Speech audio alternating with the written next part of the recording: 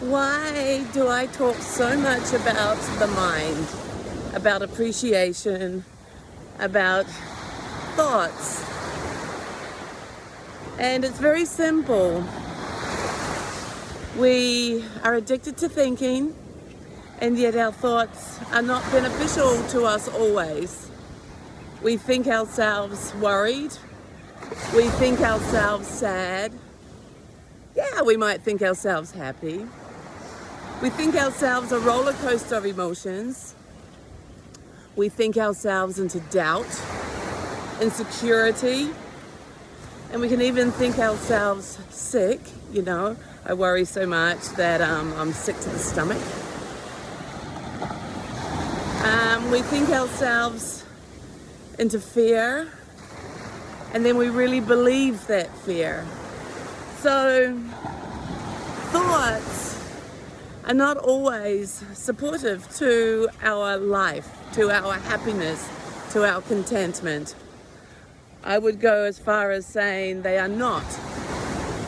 Because when you start to see thoughts objectively and start to change your relationship to thinking, there's a happiness, a contentment, a peace that hasn't been experienced before, that now can be experienced, and is completely different than perhaps what had been experienced earlier, right? You're changing your operating system.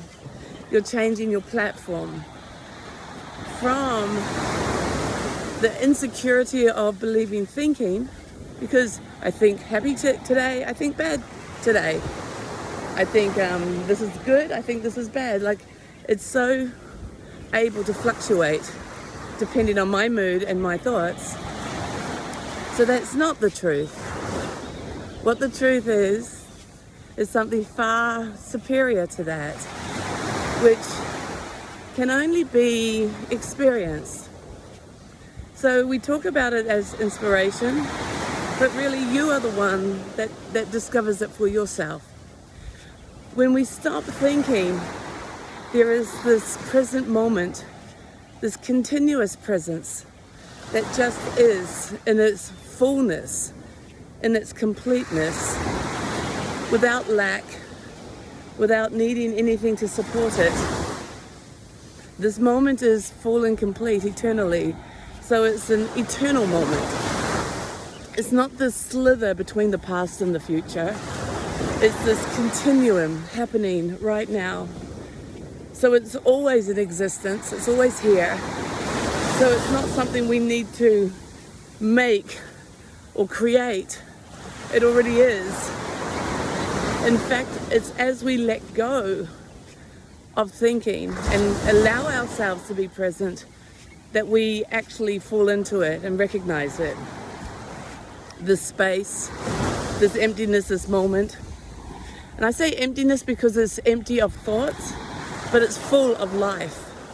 So it's almost like both, it's full and it's empty, depending on perspective. And all of that is irrelevant to how you then relate to that, how you feel.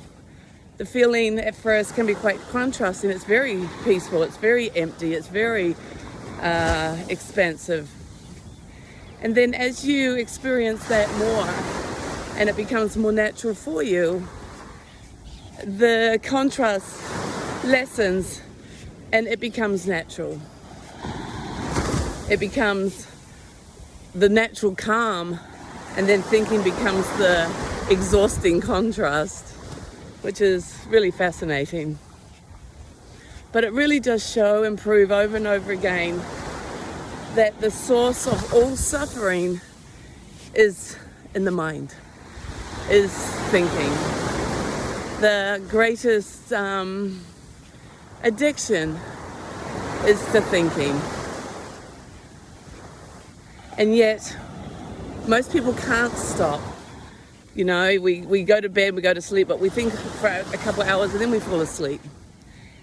And they joke about it. It takes them a while to go to sleep. But there really is an off button. It's a choice. And if you don't know that you have that choice, you don't realize that there's this greater experience of life for you.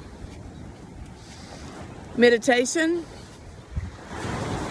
is a way to see the mind and to recognize the space in between the thoughts, and then to recognize that that space is eternally, constantly there for you. The meditation I do, the Bright Path, is a very direct way to experience that. And the glory is, even though it's an eyes closed practice like a typical meditation, it's also an eyes open practice, meaning you recognize this peace and this contentment, this clarity, this presence, this aliveness, this happiness in daily life. So the life you're already living, you bring this awareness into everything you do. You become present while you are with your family. You become present driving. You become present at work. You become present as you hear the conversations around work. You become present around the people that typically annoy you. You become present when you're planning a trip. So the stress ceases. The feeling of being overwhelmed ceases. The feeling that this world is doomed and we're all going to die ceases. It all ceases because you've simply changed your focus from thinking and predicting and worrying about the future to now. So it's not about living with your head in the sand. Here's the sand. It's actually living in reality now, living in this moment, full and complete now.